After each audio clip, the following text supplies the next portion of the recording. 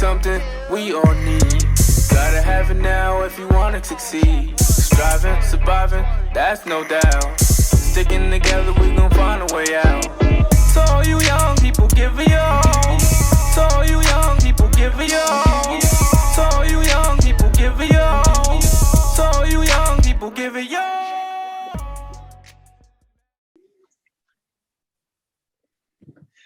Good evening, the BAC community. Thank you as always for being involved and staying engaged. Tonight on the BAC community, we have a man who is known in the Albany, in the Capital District area for his financial literacy, which is why I wanted to get him on tonight. So the BAC community, we have my brother, Mr. Eldon Harris. Yo, Eldon, I thank you for affording me your time tonight, bro, and I really look forward to diving into your story. Absolutely, man. I appreciate you having me, bro. We go way back, so I'd love to see how these things come full circle, man. So I appreciate being here tonight. Oh, bet. Well, listen, man, I know who you are. I know a lot of people who are going to watch this already know who you are, but there's a lot of people in the Capital District area who don't know who you are. So here's the opportunity to tell the BAC community more about you. Here's my first question. Eldon or Mr. Harris, what kind of work do you do? And are there any passion projects are you working on? Here's your opportunity to tell the BAC community more about you. Yep. Well, I would first say, I'm just a boy from Brooklyn by way of Guyana, South America. So I have Caribbean roots in my background. Grew up in Albany.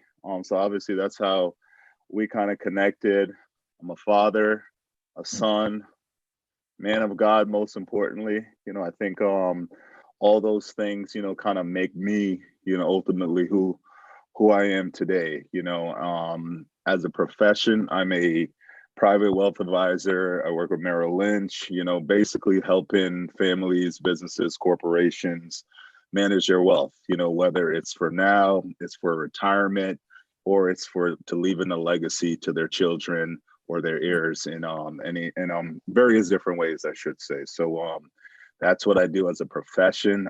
Truly, I think, my passion project is really what I do for work, so that involves a lot of financial literacy, so I do have a partner that I work with, and, we do a ton of things in the community, talking to children, talking to different organizations, groups, sororities, fraternities around financial literacy, right? So sometimes it could be just basic as budgeting. Sometimes it could go very in depth as advanced investment strategies and how do we position things for the future as well. Our world is changing, and unfortunately, our community tends to get left behind a lot, when these changes happen, and we're always kind of playing catch up, right? So we're trying to hopefully change that narrative a little bit and put us at the forefront of some of these changes, because with changes comes investment, and with investment obviously comes wealth as well. So, we're trying to get as many people up to speed as we can, but then also push them forward as well, so we can be on the forefront of some of these changes and ultimately take advantage, and be able to leave that legacy. And I know it's becoming cliche, generational wealth, but it's the truth.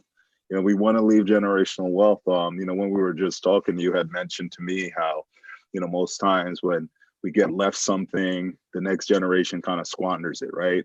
And that's really true across the board, whether it's businesses, personal family wealth, but a lot of times is because, we're uneducated. We haven't really been given the tools to really kind of take that wealth and then turn it from maybe one generation into two or three or multiple generations after that. So truly, that's my life's passion. And oftentimes, like, my job is a hard job, right? And it took me years to find success, right? It's just one of those jobs where you really have to grind it out. But I always felt that this is just the work that God wanted me to do, right? Because I felt that, I can touch a community in a way where I could give them meaningful information, but I'm not too far removed from the community, right? Like, people still feel they have access to me, right? Like, I was telling someone, not too long ago, I said, I am just as comfortable going to work in a suit in a corporate in a boardroom, and also standing on Lexington Ave talking to people that I know as well in my suit on, right? And I'm 100% comfortable in there, right? So I think being visible in that way, makes a huge difference, right? So really, you can touch the people in a different way, and they feel that you're accessible, because I think oftentimes, when we see certain people, you may be scared to ask them a question, right? Yeah. Oftentimes I see people I even went to high school with, man. They're like, hey, I don't want to bother you, but I had a quick question. I'm like, listen, you're not bothering me, man. I said, we go way back. I said, if anything, I'm glad that you're asking me this question, right? Let's have this conversation, so yeah, man. So in a nutshell, that's who I am, right? I'm truly here to change as many lives as possible. I do it for clients, and that's what I get paid to do, right? But I think, it's even more meaningful for the people in our community to kind of help show them the way as well, so they can, set that financial foundation and really, solidify themselves and also their children's lives in the future as well. Yep. And I think I think there's a paradigm shift. There's a shift going on in regards to how we are being educated on finances generally. Mm-hmm. Right now, it's a wave. There's two things that's really big within our community. So therapy is now no longer as taboo as it used to be, and then talk about finances. Mm-hmm. Not as much taboo as it used to be. You got new cultural giants like Earn Your Leisure. Like one of the guys from Earn Your Leisure is actually one of our financial advisors. We've had him before Earn Your Leisure took off. But so, being able to be solidified financially is a huge part. But being able to talk about it and amongst your peers, amongst the groups, it wasn't something that we really talked about before. But now everyone's talking about investing, talking about being able to, get into real estate, being able to be entrepreneurs. And I think just having those dialogues is what we need more of in our community, because ultimately, once we turn on the light bulb, people can take it from there. But for so long, I think we've been behind the 8 ball, and most of us are playing defense for most of our lives instead of being on an offense and being able to take opportunities and a little bit of risk. And I think watching Jay-Z's 444 a couple of years ago, that was one of the things that they talked about in the breakout session among the men. And it was just talking about, like, it's kind of hard for Black men to use our creative mind sometimes, because a lot of times, we're playing defense all the time. We're worrying about people trying to take away from us, whether that's institutionalized or not. But, you can be on the offense. You can be able to take more risks and take investments and know what's going on out there, or be an entrepreneur. So we're trying to change that, change the mindset. And I can say right now, from when we were in high school to now, the conversation about finances or around finances has changed. And I think that's a huge win for the Black community as a whole, because you'll be able to have people who can handle finances a lot better than what we were prepared for most of our households. Yep. No, 100%, man. And, huge shout out to those guys that Earn Your Leisure. I mean, I watch them faithfully, believe it or not, even being in this industry and this business, you learn so much from just the people around you. And, I never look at it. Some people ask, well, why do you need to watch it? I said, listen, I learned so much from those guys, even as I've been in this business for 15 plus years, Troy, Rashad, and Ian, every Monday, Market Mondays, I pick up so many things that not only personally, but I take to my clients as well and help educate them, whether it's crypto, it's real estate.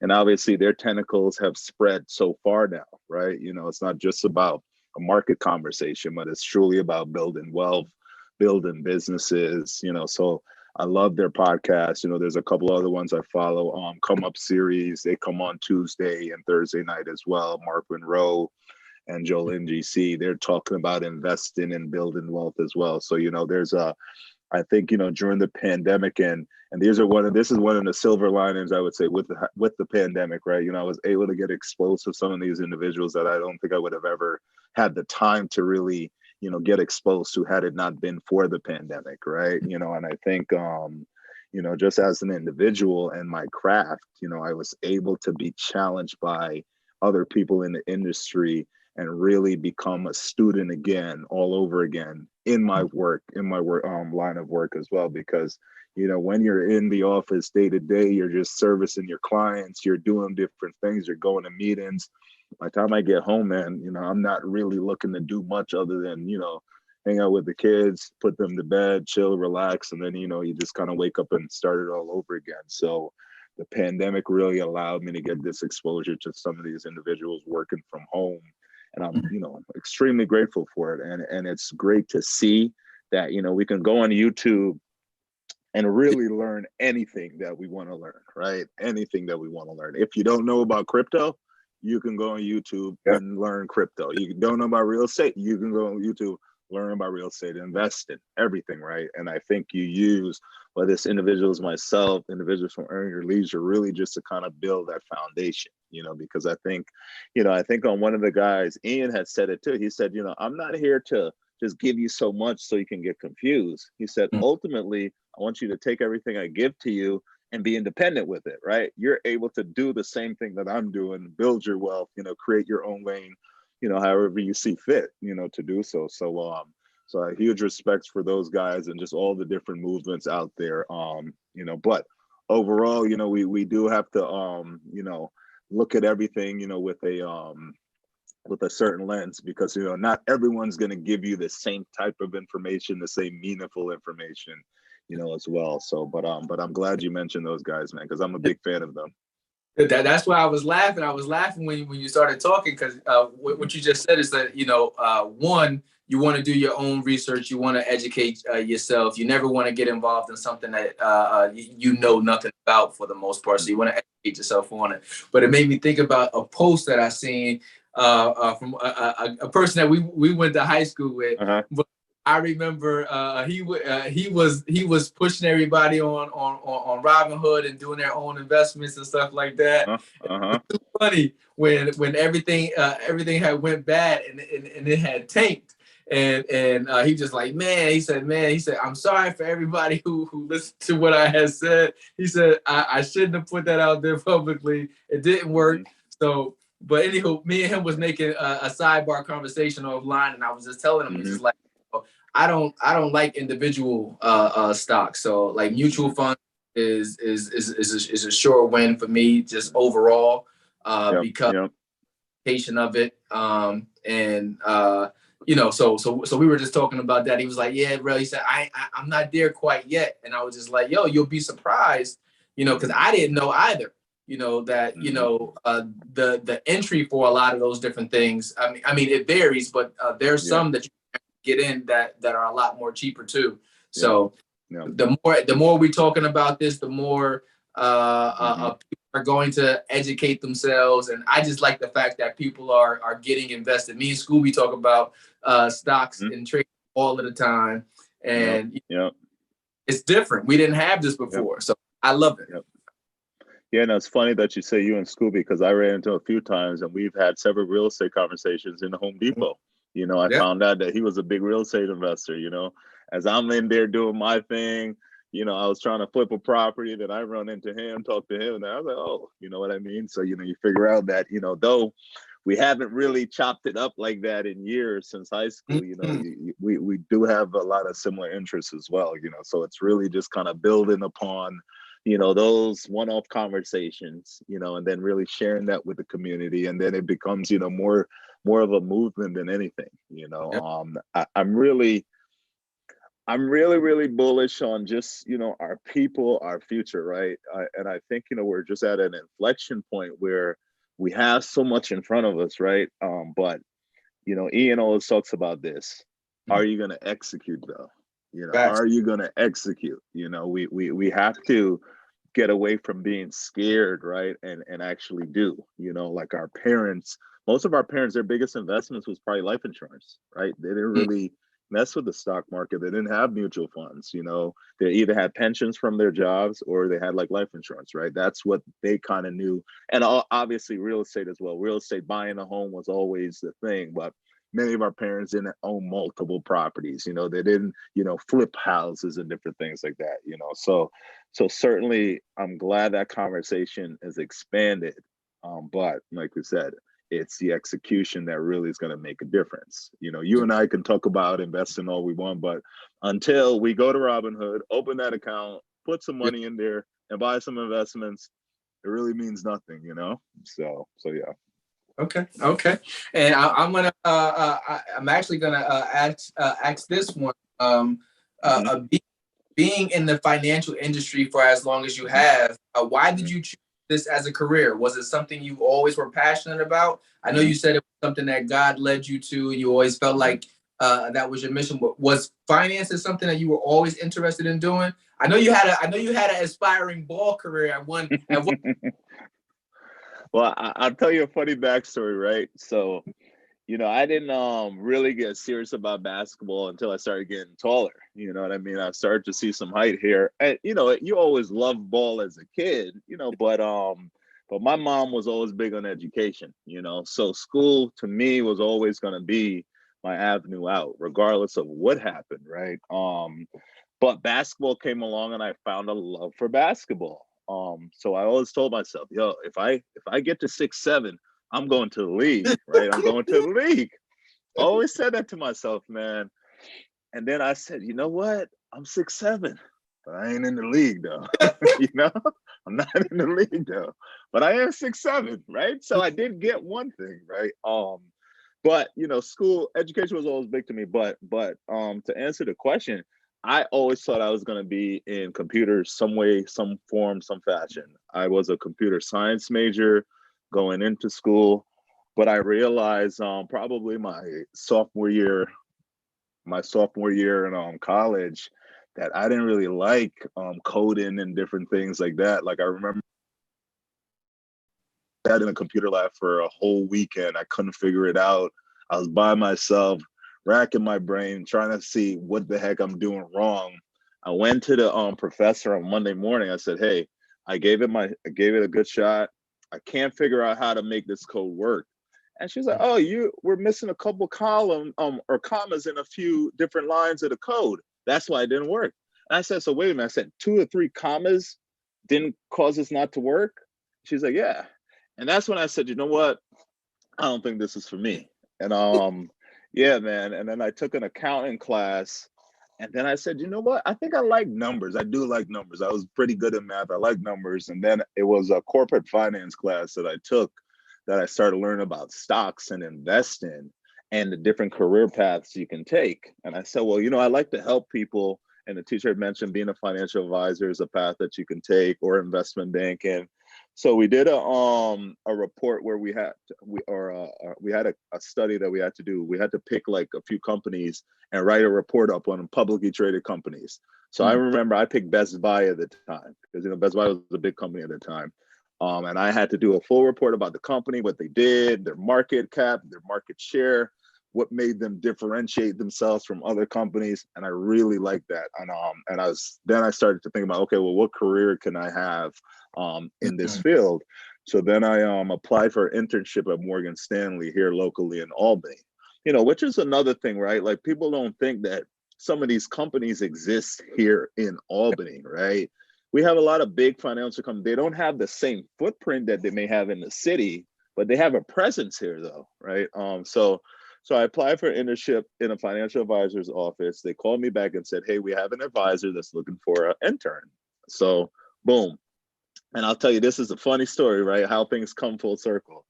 So I remember going into the Morgan Stanley office. This guy comes in, right? He pulls up, fresh, clean white Range Rover, fresh, new suit, nice suit. He's probably about 6'5", right? His name was Kurt, 6'5". He comes in, I'm sitting there watching. I said, oh, that's the guy I'm going to be working with. So he comes in, he puts on his music. He had some soft music playing. Then he started playing some Maxwell, right? And I said, okay. I see this. He hangs his jacket up. I'm just watching him in the office. He's talking to clients. He's standing up. Boom. He goes to lunch, comes back. He's asking me about myself. And then he walks up and then he leaves. And I was still sitting there. And I said, you know what? I said, that's what I want to do right there. I said, whatever he's doing, that's what I want to do, right? So to make a long story short, he He said, actually ended up exactly.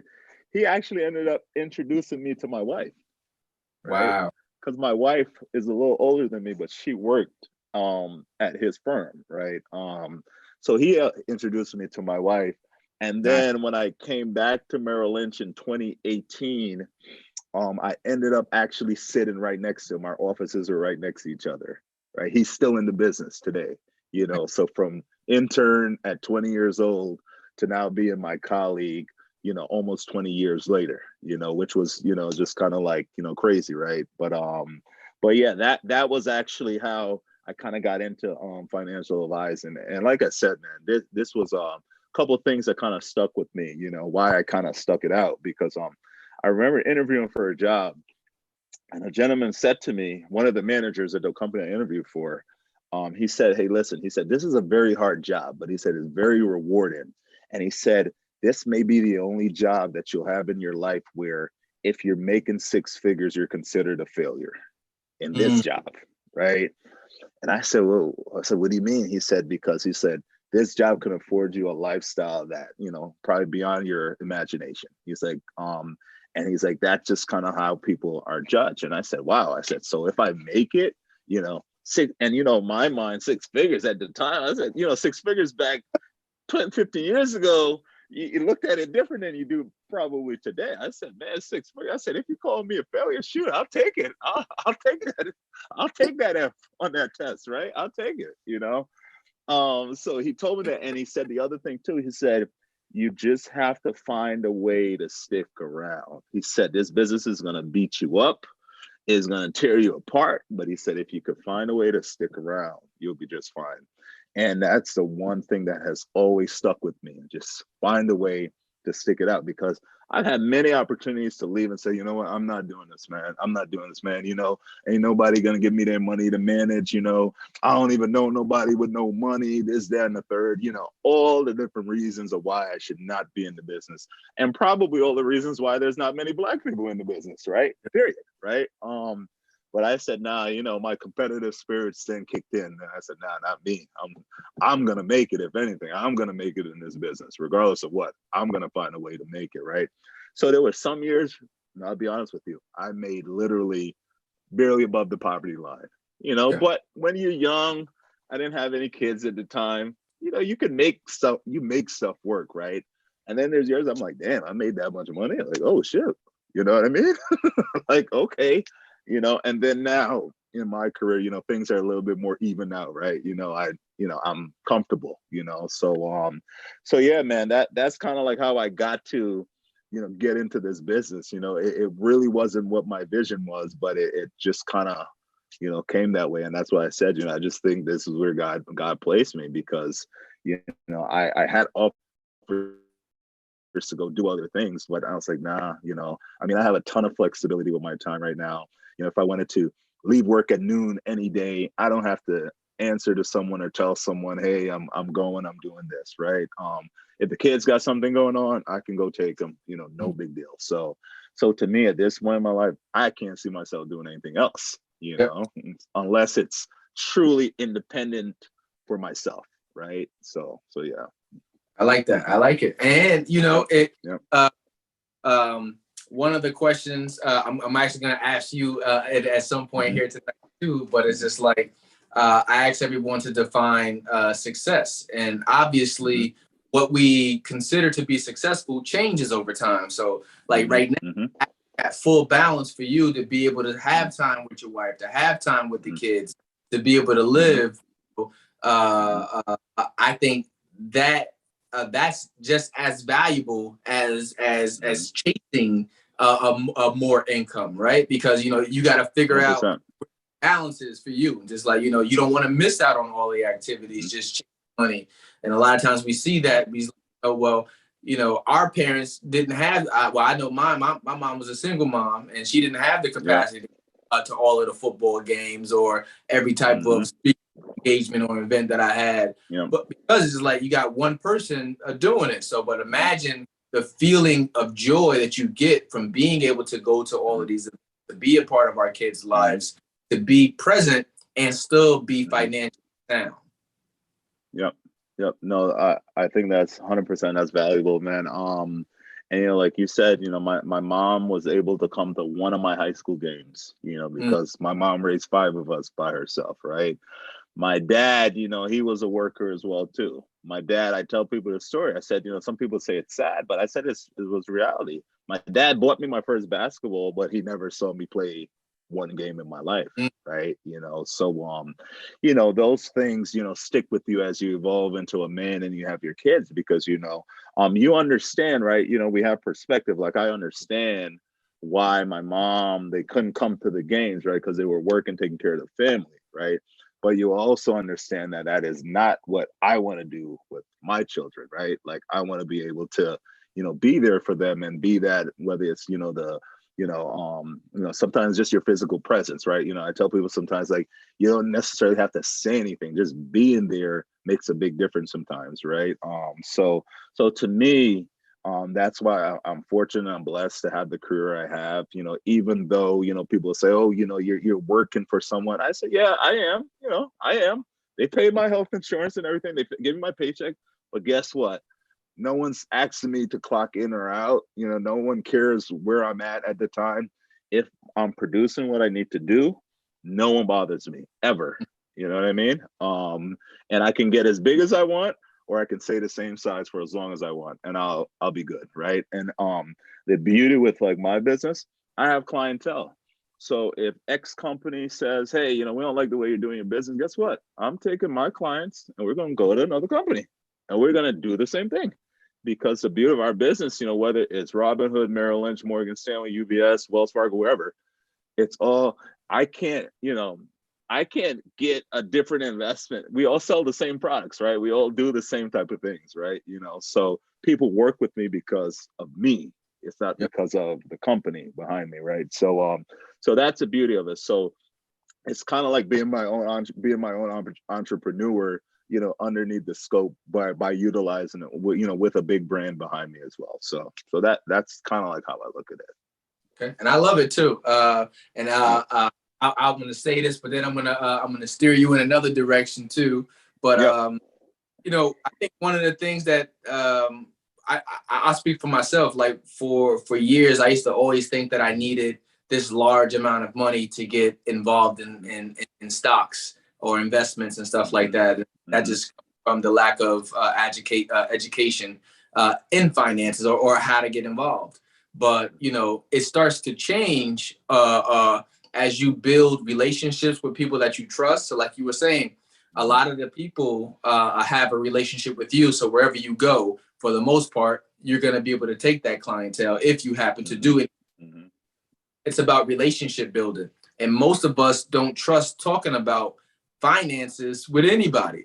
It's some spouses that don't talk about finances with anybody. You know, I was teaching, I just finished on Saturday. I was teaching a financial literacy course at my church through Dave Ramsey's Financial Peace University. So, and like, so some of the couples, it was just one part of the couple. It was the woman. It wasn't the husband, you know, but it was just like, you know, and I had to tell him, I said, you know, my wife and I operated like that too. You know, we had a joint account that would pay like our mortgage and daycare and stuff like that. But then we still had our own separate accounts too. But it wasn't until we did Dave Ramsey's Financial Peace University that we actually attacked all of our debt together, put all of the money in one pot, stuff like that. And then we just realize, what is it in Ecclesiastes? It talks about the benefits or the power of two, right? It's like, now, the other person can pick you up. If you're cold, you can warm each other. But if it's just one, you know, a little bit more difficult to go ahead and warm yourself up.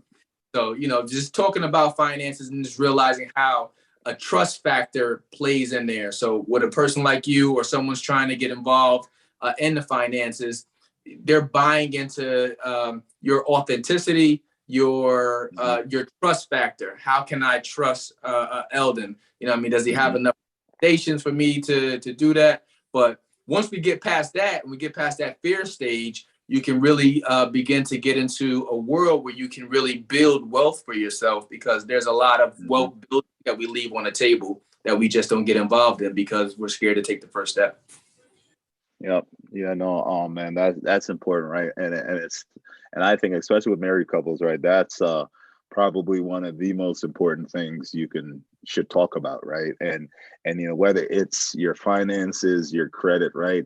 It's a very uncomfortable conversation, right? Especially considering most of us probably came from, well, let me not say probably because I don't know, but a lot of us come from households where finances weren't talked about. Finances were like a mess, right? So all the things that you picked up were poor habits. And those are habits that led you into college, that led you into your adult life, and that's now leading you into marriage, right? So, me and my wife have been married for 10 years, and it's only really the last couple years, right? We've been way more open about finances and everything, because don't get me wrong, I was like, oh, well, you can't really know this, I can't really share some of this with you, but you realize, how freeing it is, right? And, how it allows you to communicate in a different way when you are sharing these things, right? I'm not scared to, put my credit up against her credit because, maybe hers is a lot higher than mine, because then now, well, why is yours so low? That means I have to explain now all this stuff that's causing my credit to be low, right? And I may get embarrassed by it, right? So, and as men, we have egos. It is what it is. We have egos. Sometimes we feel, that we can't really share these things. We try to like fix it on our own, right? We go about it in this silo where you, like you said, yeah, we'll have a joint account we'll put some money into, but I know I got some crap going on over here that I'm trying to take care of, not sharing with the group. And and you realize, like you said, right, when you came together, how quickly that stuff went away. But now when you're trying to do it by yourself, it just kind of lingers and lingers and lingers, and you really never accomplish it, man. So I think it's, beyond just life advice, marriage advice, man, it is a great thing to do, and I'm not going to say that we are perfect at it, but, we are taking the steps to get there, right? And I think, it really does open the door from a communication standpoint, with your significant other. So highly encourage it. If you're getting married, if you're a young couple and you see a future with that individual, I think talking about finances openly, talk about the good and the bad, right? Yep. The good meaning where you guys want to be, things you want to accomplish. The bad meaning the poor habits, the rob Peter to pay Paul habits, the knowing damn well you shouldn't be buying something because you got to pay your rent and your mortgage, but you're still going to buy it and then close your eyes and hope that something's going to come through in the meantime, right? It's all those things, right? We've been there, done that, and I'll fully transparent and honest, right? But there are times back in the day where I would take money out of my retirement account to go on vacation. Like think of that right now, right? How backwards is that right now? I'm taking money, and let's say it was a few $1,000s, right? I'll go have a great vacation. But that few thousand, put a rate of return on it over the course of 30, 40 years, that could have been hundreds of thousands of dollars. So what's that vacation worth? 3, 4, 500,000? Probably not, right? So I think sometimes that's how you got to think about some things, and some of those bad decisions that we make, right? So like delayed gratification, though, what I mean? Because society tells us that we work hard and we should be able to get all of the things that we want. But truth be told, myself included, like I did not know how to budget early on, right? I didn't know how to budget, but I knew how to take a trip. I knew how to go ahead and pay my rent late, and it was just like, I didn't understand the importance of credit till later on in life. And it was just like, now you're trying to educate a population of people and realizing that, you can actually make the change. We don't have to continue to go through that pattern. We don't have to have the same rob Peter to pay Paul mentality, but it's just like, with the right, with patience and time, you can get better at anything.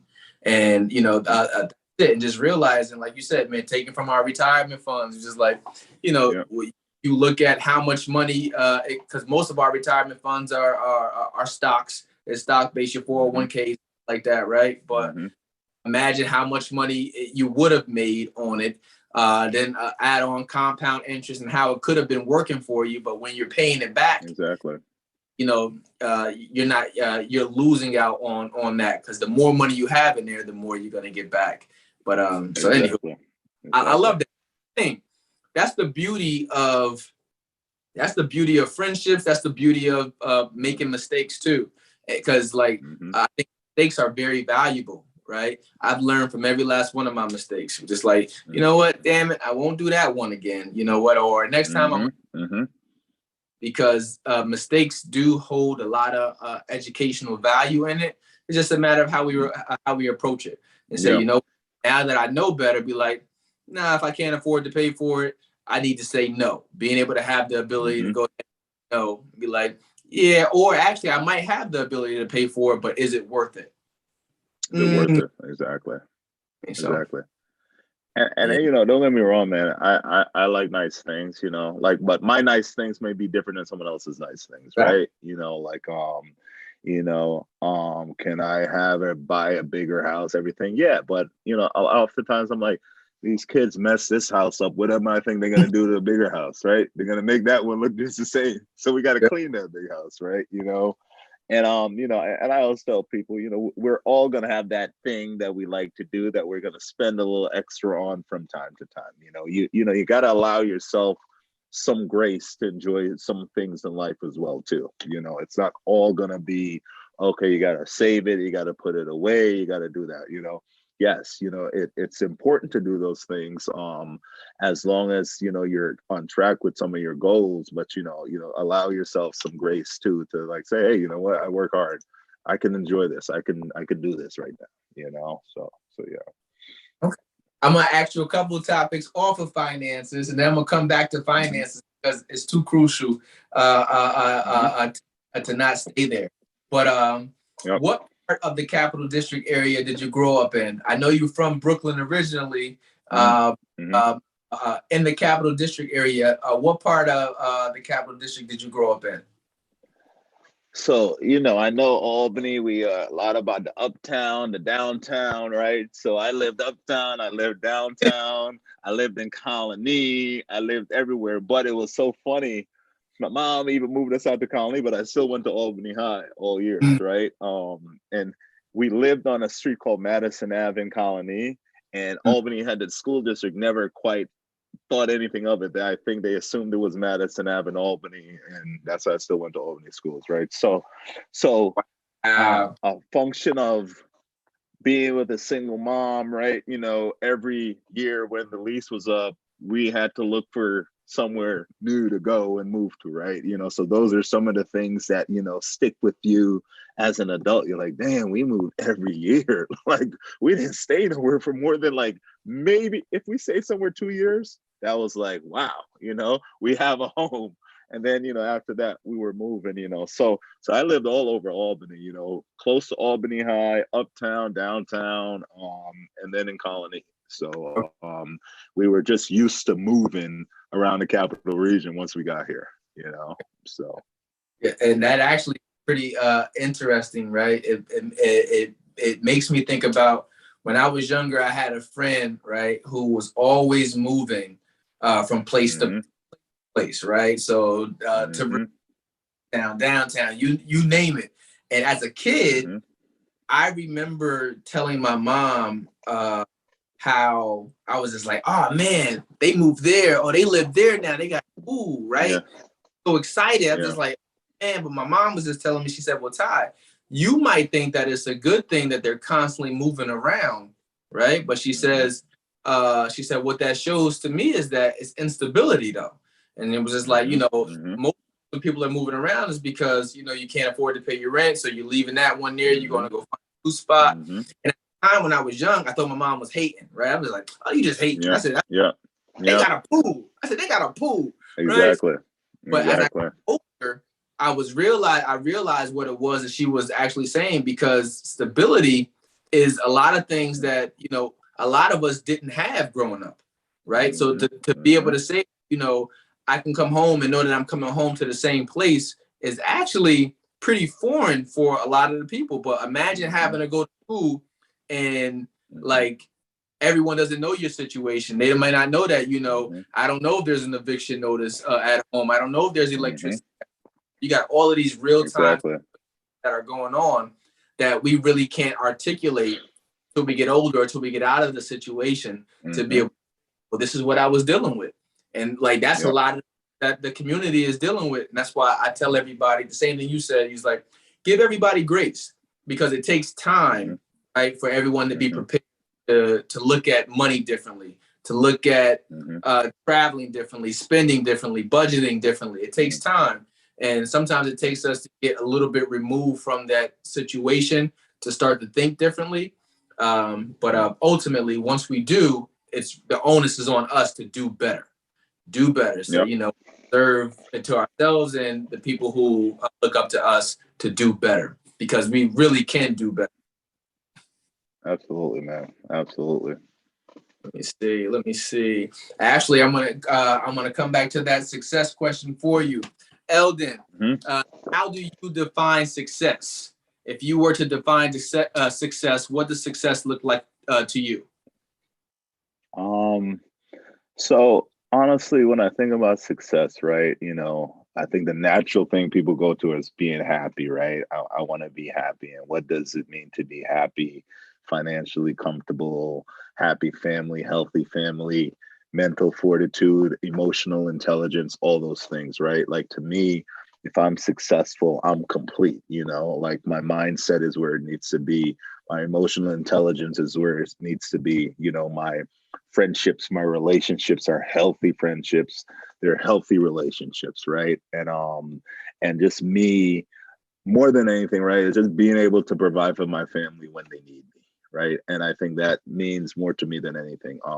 And that doesn't mean being able to write a check or give them some money. That means, being there, being available, being a part of, what it is that they are doing. I am just so big on, like, with my children, right? I want to be there for everything that they got going on. I don't care what it is, right? Whether a little recital, a basketball game, like, my daughter's, she just got into basketball. We had our first game this past weekend, right? And I kept telling my wife, like, I said, babe, I don't have the patience for this. I don't think I could do this. I said, when you're coaching and dealing with little kids, man, it's like, you have this level of expectations in your mind, and they're just being kids. They're flying all around. They're doing dances and flips and things. You're trying to teach them basketball. And then we had the game, and I just got so into it, man, just seeing them go up and down the court. And I said, and I told my wife, I said, I said I didn't have the patience for it, but that experience meant so much to me. And I said, that's why I'm going to stick with it. Right. And it's just showing my daughter, like, the consistency, outside of dad just being in the home, it's really dad outside of the home, and, really trying to impart, anything, all the good that I have to give to them, and really just seeing that manifest into the world. Right.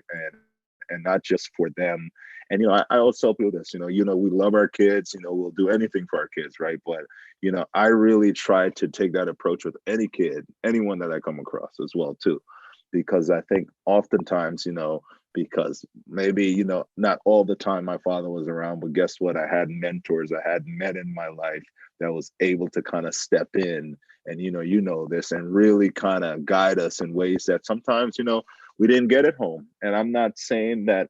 And, the one big thing, right, I tell people, I don't blame anything on anyone, right? Because I have to understand what my mom, what my dad, whether it's my uncles, my aunts, what they went through as kids. They weren't necessarily a whole, full, experienced human being to kind of impart something on me that I may have needed or looked for at the time, right? So, that thing about offering grace, right? But those are the things that I think, are important and that I look at as successful, right? Being able to impart that onto not only my children, but children that I come across.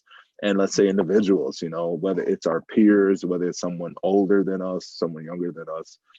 So mentorship, those are all big things to me, I think, You know, I didn't see the value of them when you're in it, right? Like I remember I had a couple mentors and I hated them. I hated them. I had one of my mentors in college that's now probably my best friend, right? But he started off as a mentor in college. He was older than us. He ran the diversity office as well.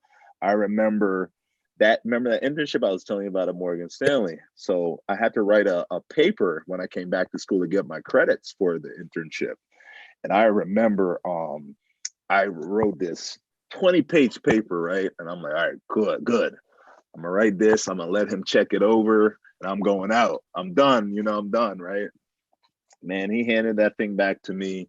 I never seen so many red marks on a piece of paper in my life, right? I'm like, what are you doing? Like, what? He's like, no, he's like, you're not going anywhere. He's like, you're not going anywhere. He's like, you got to get this done. And Rel, I tell you, this was like 4 weeks in a row. And in college, 4 Fridays in a row, not going out. Everyone else is going out. What that do to you, right? But I says by God that I decided to actually listen to him, take the advice, and get it done, because it truly helped me, right? So that to me would define success, me being able to impact someone's life like that, right? So I love it. I love it. He said 4 Fridays in a row. Do you know what I'm missing right now? And that's the beginning of school. That time your mind is in a different place. You see all the new girls on campus. You're trying to be in the mix, but it wasn't happening, man. It wasn't happening. So. What do you say? Sometimes those are those blessings in disguise, though, right? You look at all the things that those Friday sacrifices saved you from, right? And I just think about the many times where, like even going to Charlotte for undergrad. And I remember me and Raekwon being in, they have a different name now. I think they go by Skyline Apartments now, something like that. But we were down on Livingston in those apartments down on the bottom of Livingston by Swan, right before I was getting ready to leave school. And we in the parking lot crying, and I'm just like, man, everybody else is staying in New York State. They're going to all these schools in New York State. Here I am going all the way down here to Charlotte, North Carolina, and I'm just like, man, why can't I just be like everybody else and stay here, right?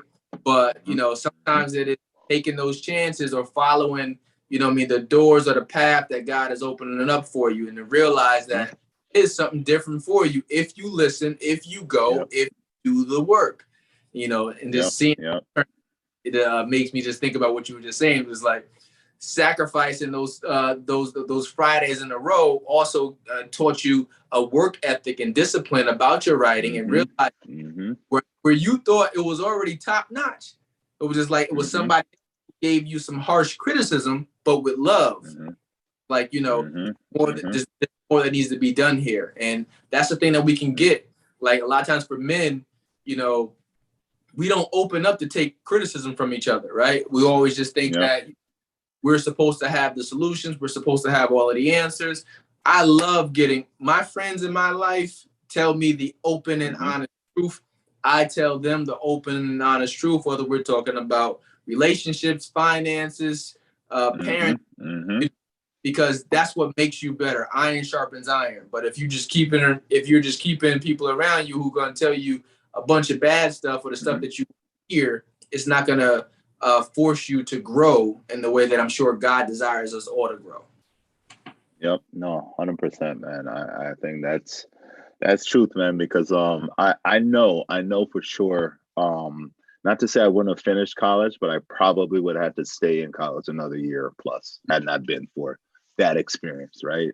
Because it made me look at everything else that I did instead of just doing it to get by, but doing it with like a purpose and to actually to get a good grade, not just do it because it had to get done and you want to get it in and, okay, I could pass, so yeah, man, extremely important for sure.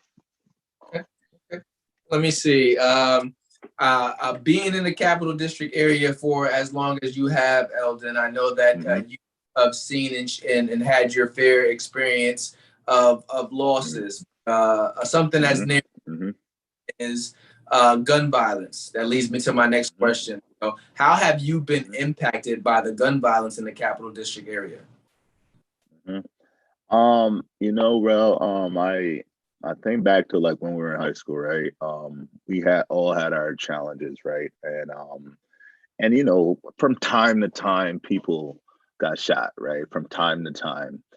But now it just seems like it's just like so it's almost becoming more normal than to hear of like back in the day it was like a brawl, right? Like after school, there was a big fight after school. That was, what we used to hear about. But we knew everybody went home alive, right? Now it's like, it's almost like every weekend, every other weekend, someone gets shot. You see the name. Sometimes you don't recognize the name right away. You go on Facebook, you see everybody put a post up, put a picture up.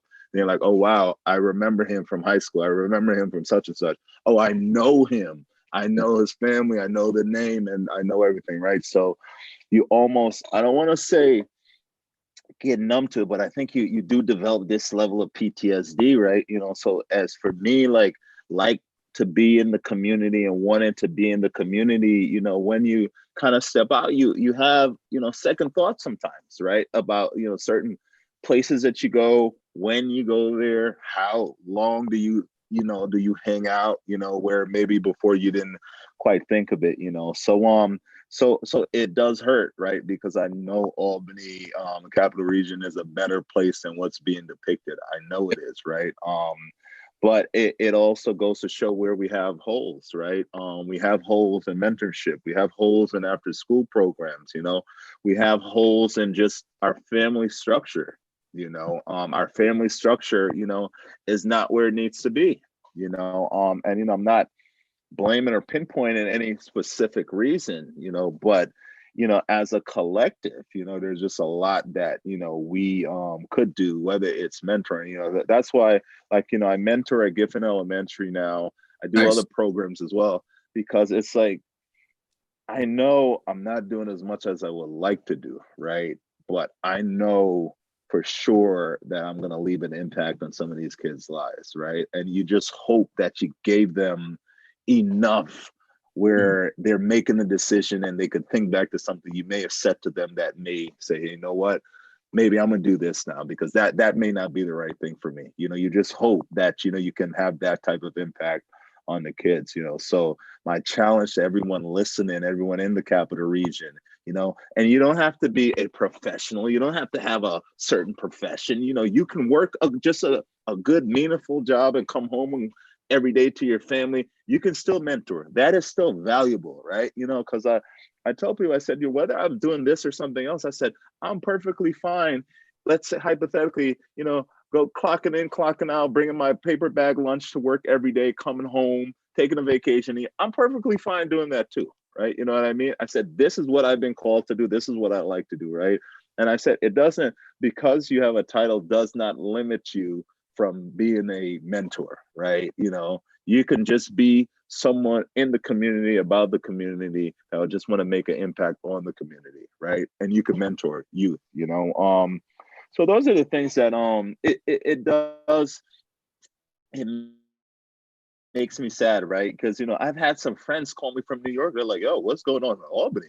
What am I Yeah. hearing?" Because everyone's kind of like connecting now a little bit different from social media, right? Like there's some people I went to college with that were from the city, but then they know some people in Albany. So it's like, and I know these same people. It's like a nice they're connected in these ways. And then I'm really like, yo, what's going on in Albany? It's crazy up there. What happened?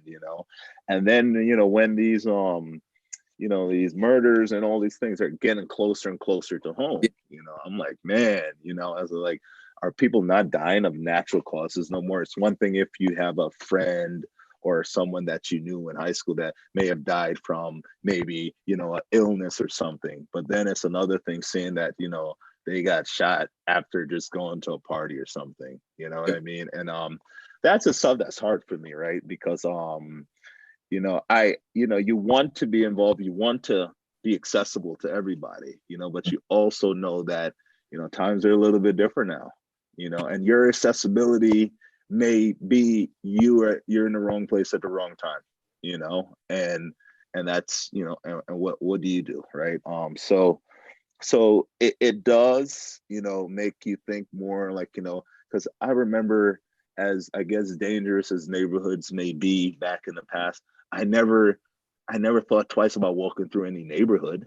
I Yeah. never thought twice about that, right? It was just say, if I had to go here to there, you walk through the neighborhood, I knew I wasn't involved in any of this particular lifestyle. So, usually you were good. You didn't have to necessarily be.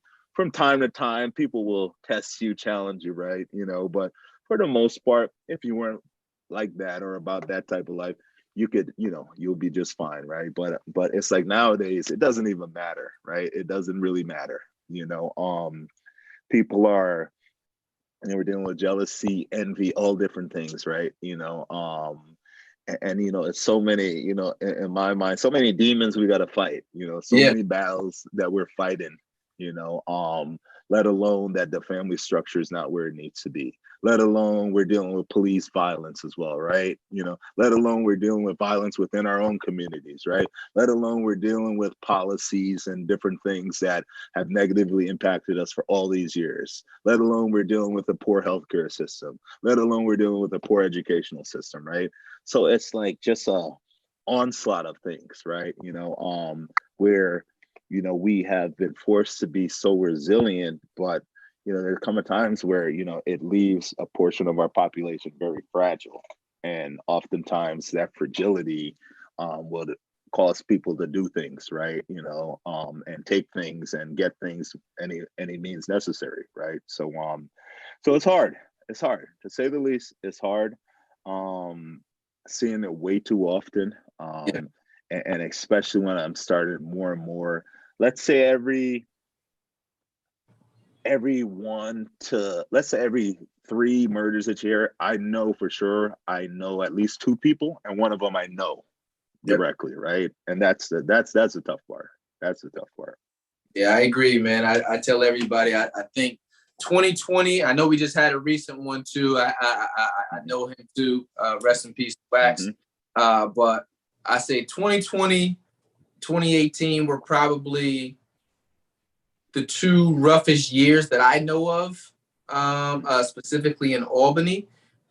Just Mm-hmm. the shootings, the amounts of homicides. I said so, and a lot of stuff don't make it to the news. And I live in the DMV area down here now, and I Yep. can tell you most Yep. of the stuff going on up there in Albany. And it was like half Yep. of the stuff still don't make it to the news. So it was just like, Yep. it I remember Albany, and one of the reasons why I wanted to do this podcast was because I remember Albany. I have a nostalgia around Albany, right? I remember Albany, Mm-hmm. Mm-hmm. glory days. Like I said, there was Mm-hmm. also there was stuff that happened then too, but Mm-hmm. not to the capacity that is happening now. And Exactly. it was like you knew who was in the streets, you knew who was of the streets, you knew what to Mm-hmm. expect. Right here is Mm-hmm. just can be truly an innocent bystander now, and it's just Mm-hmm. like you just got some type of wild brazen thing going on that ultimately affects Yep. so many people. So Yep.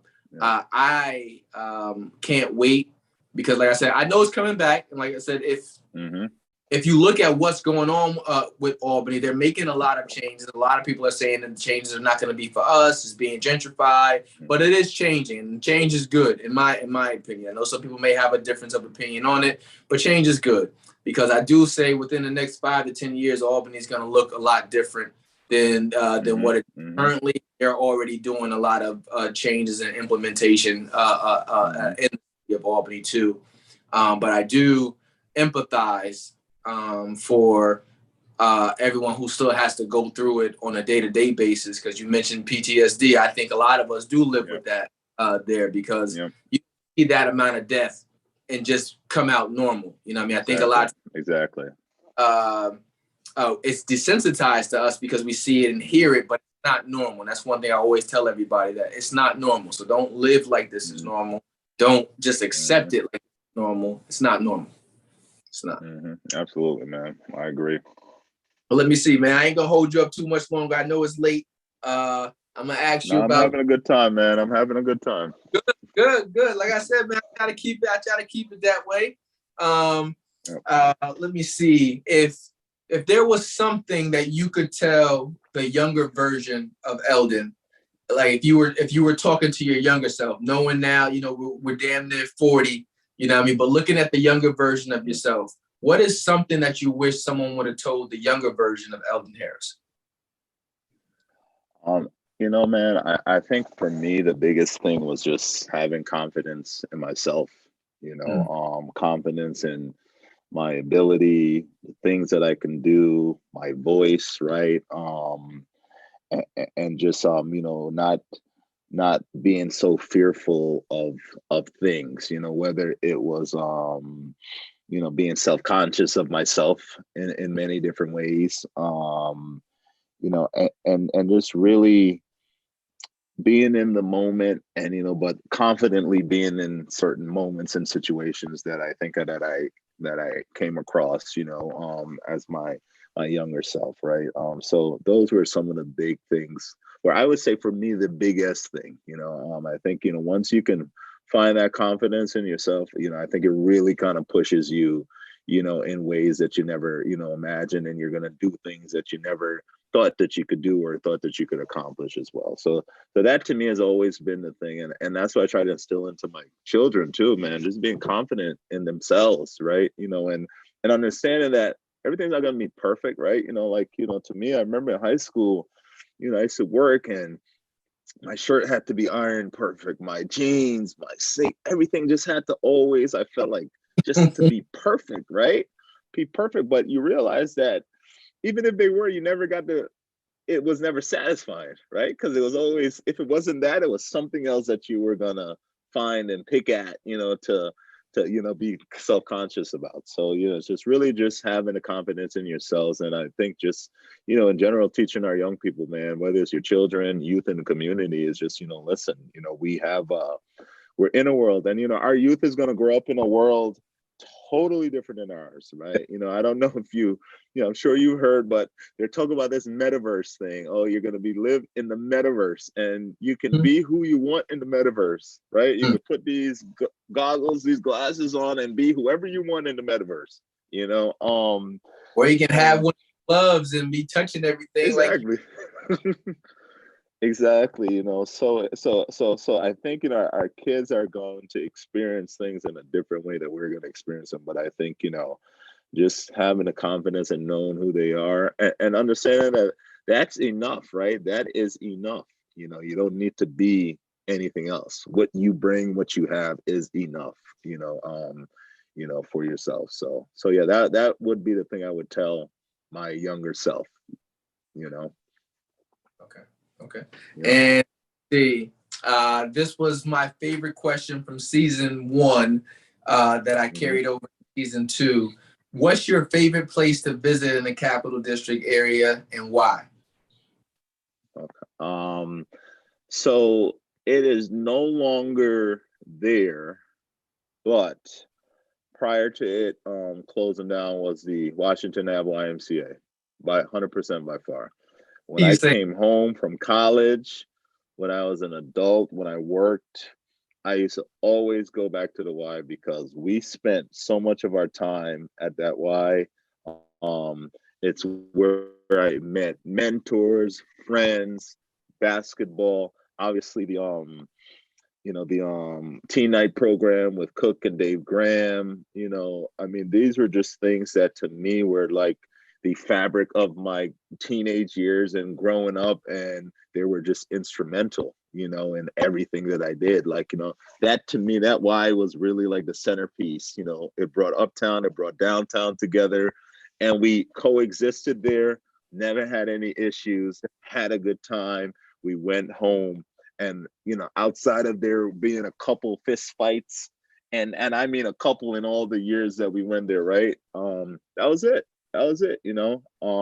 Guys, girls, adults, everyone, right? And so that to me was always, like, for me, the fondest memories that I have of Albany. And also I would say going to the Black Fest as well. I know we call it the African American Cultural Festival, but we called it the Black Fest. It was a Black Fest, right? Getting an outfit, making sure you had the outfit, you knew you were going to see some people, you knew what it was, but those are always the well, I would say that would be the event that I would say that I always look forward to going to. But the Albany Y was certainly the place that, you know, brings back the most memories and probably my fondest memories as well. I like that. You're the first person in 2 seasons to put the target. To claim the YMCA as their spot. But you're right. That right in between, not necessarily right in between, because it wasn't. It was more uptown, anywho. But it was the hub for years. Even when sometimes we have parties there, right across the street from the YMCA. It used to be it's another type of synagogue right now, but they used to have parties right from it too. That was the spot that, you know what I mean? So yeah.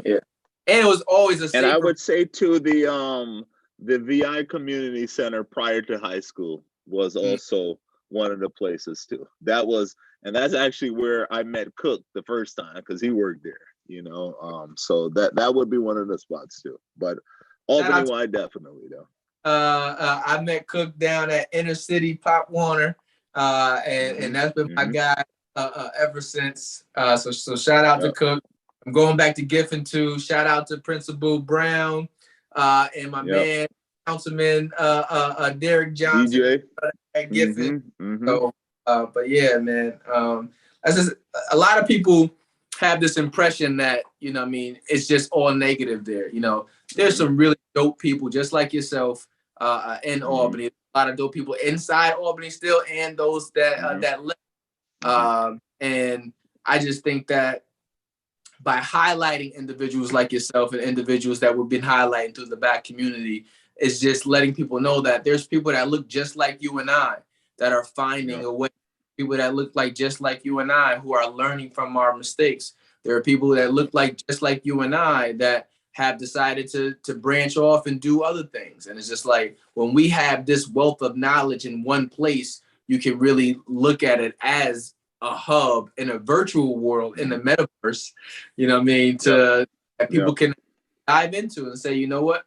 I'm not the only one from the Capital District area that has done this. There's other people that look like me that have done it. There's other people who care about the city, still helping out just like me. So, you know what I mean? But absolutely, man. That's the part. Absolutely. And here's where I'm going to take you before I let you go. All right. If there, for individuals, because like I said, financial literacy is something that should be taught in school. I think that it has the capacity, actually, I know it has the capacity to change lives. And for me, anybody that I'm helping with on finances now, the first thing I'm talking about is budgeting skills. And just budgeting skills was. I wish I knew that when I first got out of undergrad, because I would have been able to put down student loans, car payment, rent, all of these different things, and be like, you know what, Tyrell, you can't go to Toronto. You know what, Tyrell, you can't afford to go to California or something like that, you know. But exactly. For you, what would be ground zero for you for individuals or families who wanted to change their financial situation around? What would be the starting point for you that you say that they should look into in terms of a change in their financial situations? Yeah. So I mean, you hit it on the nail on the head, right? With budgeting, right? So we call it cash flow, right? You're gonna do yourself a disservice if you don't know what's coming in and what's going out, right? And then from there, you know, after you kind of figure out your cash flow, because most people don't really know how much they're spending on certain things until they actually kind of write it down, right? You know, like even now, right? I can assume that I don't go to Starbucks and certain things a lot. I could assume that, but when I go and look at my debit card or my credit card statement and it shows 20 transactions in 1 month, and then I add it up, I'm like, oh wow, well, geez, you know, I didn't realize I was spending that much. So I think the budget is really the fabric of everything. That's your cash flow in and out, right? And then from there, it's really just being honest with what goals do you have? What are you trying to accomplish? You know, are you saying that you just want to be comfortable, have a little comfortable retirement? Do you want to build wealth? And I think, from those conversations kind of really dictates, or creates the tentacles of where you can kind of go with your financial journey, so be clear with your goals, right? And not just say, oh, I want to retire. Well, what does that mean? Do you want $10,000 a month coming in for the rest of your life and being able to live in Florida, live in California, live overseas, live in Caribbeans? What does that mean? You know what I mean? We can all say that these are things we want, but we want to be very specific and intentional with our goals, right? Like I was saying to you when I first started, I said, now as I'm looking at 40, man, I'm about execution and being intentional. Like, because when I'm 45, I want to say, okay, these things are in place. And all I'm doing now is just adding to them, right? Adding to them, building upon them, right? So I think that's important. And then once you get to the point you're pretty clear on your goals, then it's really looking and executing and seeing, okay, well, what's going to be the best avenue for me to get there? And I tell people outside, I said, sometimes investing isn't for everybody. Investing into the stock market is not for everybody, right? Because when the stock market is good, you're happy, you're smiling, but then guess what? We're going to have a recession, we're going to have a correction, and you may lose 40% of your money overnight. How's that going to make you feel, right? Most people don't have the wherewithal to just stick it out and stomach that. You know what they're going to do? They're going to end up selling and then saying, you know what, this ain't for me. But now, we've done the reverse of what we've been taught. Buy low, sell high. We bought high, now we sold low. And now, we're kind of working backwards, right? So it may be real estate, right? Like I tell every young individual right now, I said, you don't know, you can build, especially in Albany, right?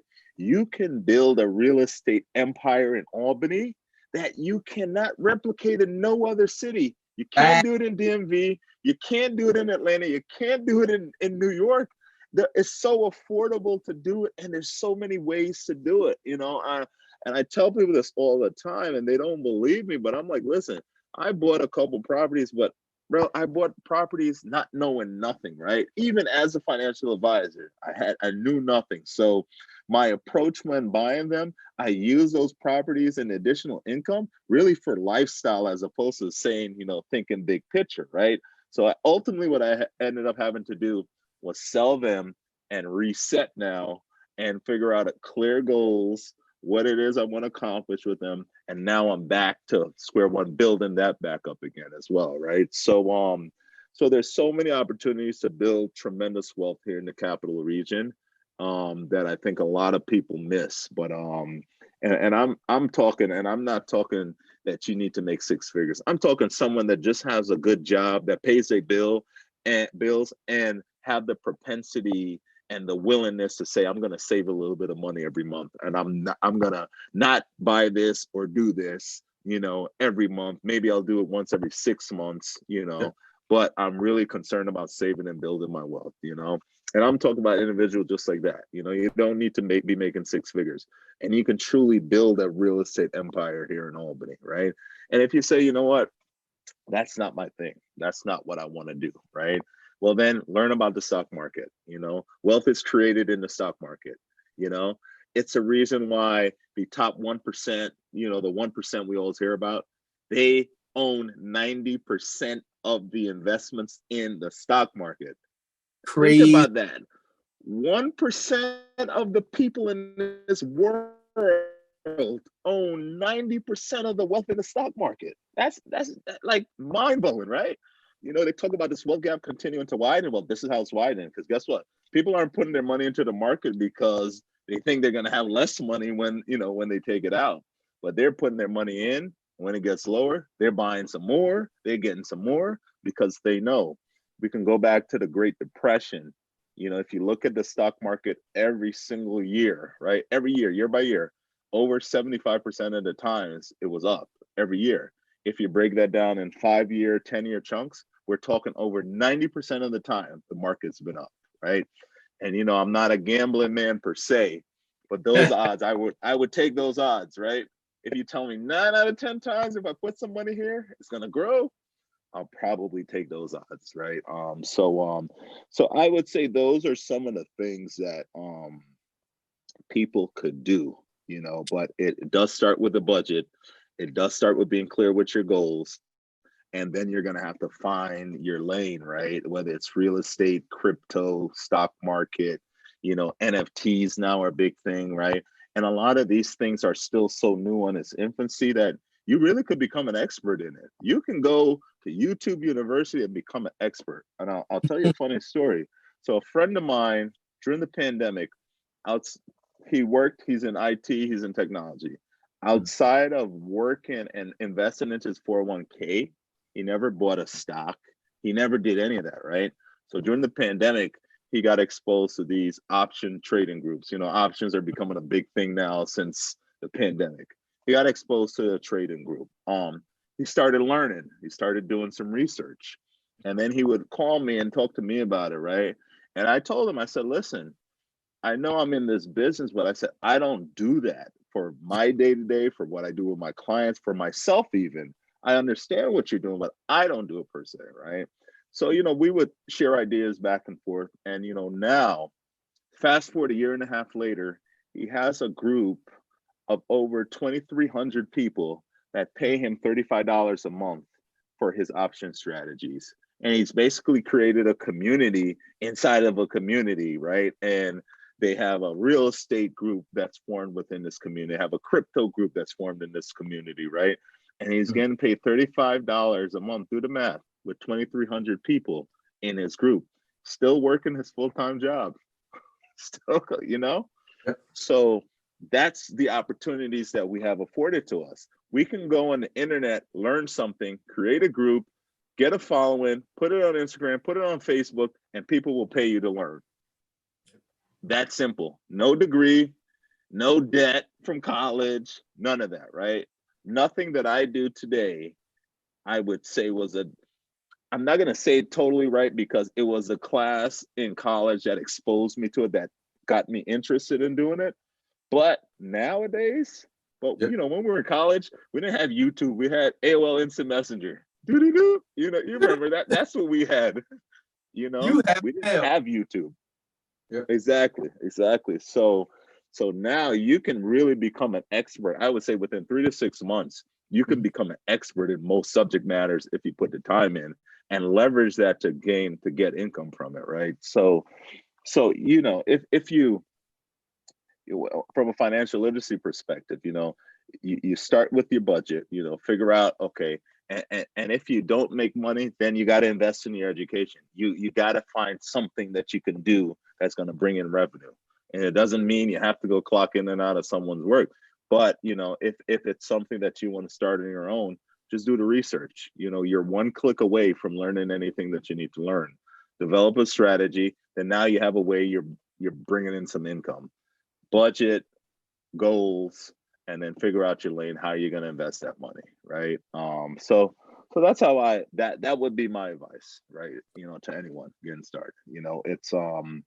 It's a big world out there. You'll be surprised at the things that people make money from, and I learned a lot of these things from watching Earn Your Leisure too. I'm like, wait a minute, somebody's making money off of that? I heard about Uber. I knew Uber. I knew Lyft, right? I didn't know what Toro was before the pandemic. Now I know what Toro is. I could go rent my car out. Someone could go take my car. I get paid. I could go rent my car to someone who wants to go drive Lyft and Uber and anything else, and they pay me every week to do that, right? So it's so many different ways. You can go walk someone's dog and make $20 a walk. You can go sign up and do that, right? It's it's fascinating the amount of ways you can make money in today. There's so many different hustles. There's so many different ways, and our access to the information is endless. But make smart decisions, ask questions. Like I said, YouTube can be as great as it could, because I go to YouTube anytime I actually run into a pickle. I was 100%. Helping Hakeem move this weekend, and we had to part his refrigerator and his furniture to get it out the house, right? And every step of the way, when we ran into a problem, I would just go to YouTube and was like, YouTube. Hold on, YouTube. Oh, he's like, show Ralph that out. Yep. Bloop, bloop, bloop. So exactly. Listen, I'll tell you a funny story before we go, right? This weekend, we're in the North Country or upstate New York, so it snows, right? So I had bought a snowblower 2 years ago, used it 2 times, and last winter it didn't work at all. So and we had like 7, 8 snowstorms. Every single, I'm out there shoveling, breaking my back. So I said, this year I ain't playing around. I'm getting this thing fixed because I ain't trying to do this again. So they fixed it. They put it up on the truck. They strapped it into the truck. I come home, bring the truck home. I rented it from Home Depot. And I'm like, they strapped the thing up. I'm like, yo, how do I get this strap off, bro? I'd never seen one of these types of straps that they use. I'm trying to untie it. I was to the point where I was like, I was about to cut the whole thing off, but I said, they're going to charge me for that. So I said, I can't do that. So I said, let me go to YouTube and put in how to take a strap off of whatever, right? And sure enough, the thing popped up, right? And all I had to do was basically make it perpendicular, or parallel to the strap itself, and the thing popped right off, right? But yet again, that was YouTube, because I was gonna be embarrassed if I had to call them up and be like, hey guys, or have to bring the snowblower all the way back so they can show me how to unloose a strap, right? So that's the power of the technology that we have today. It's simple things like that just my day to day. I mean, maybe my wife doesn't feel it's the best thing for me to do, but heck, something go wrong in this house, I'm on YouTube. Let me try to figure this out. Figure it out first, because if I don't, I'm gonna be paying someone else, a lot of money to fix it.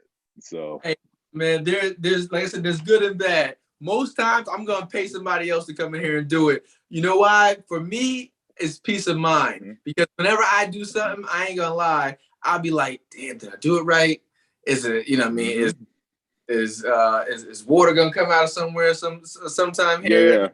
Yeah. And Scooby's always in my head. He's like, bro, you can do this yourself. My electrician that here, sometimes I'll call him for the simplest things. He'd be like, Rel, I don't know why you keep calling, because every person I do business with, I make friends. So my electrician, we bought this house here in 2015, and he's fixed everything electrical for us from 2015 until now, right? But sometimes I'll call him, he'd be like, Rel, you could change that light fixture. He said, I'm not coming over there. But in school, just go to YouTube. So sometimes I'll try it. I remember I fixed my toilet one time because it was making a noise. I was like, I'm just going to try it. YouTube walked me through that too. So YouTube is good.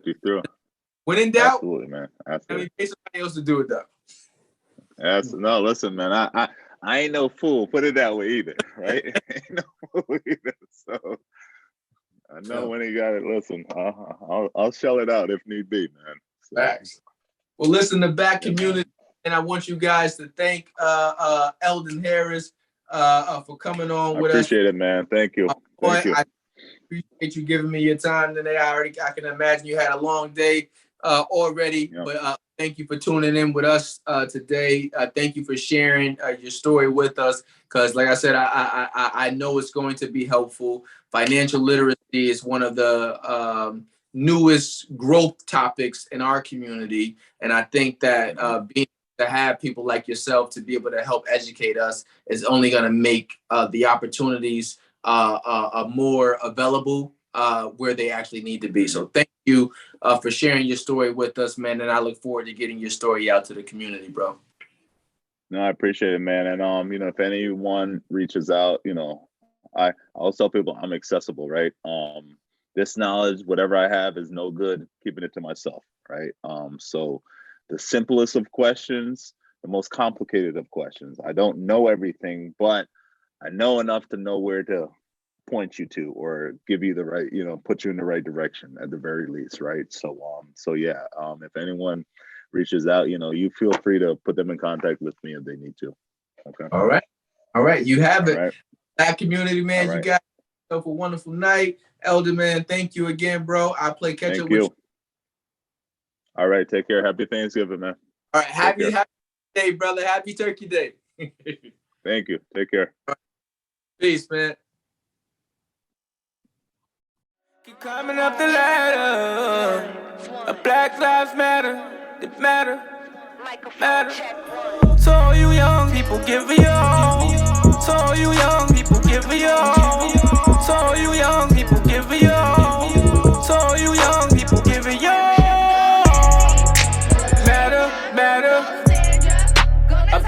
lives matter. They matter, they matter. Our black lives matter.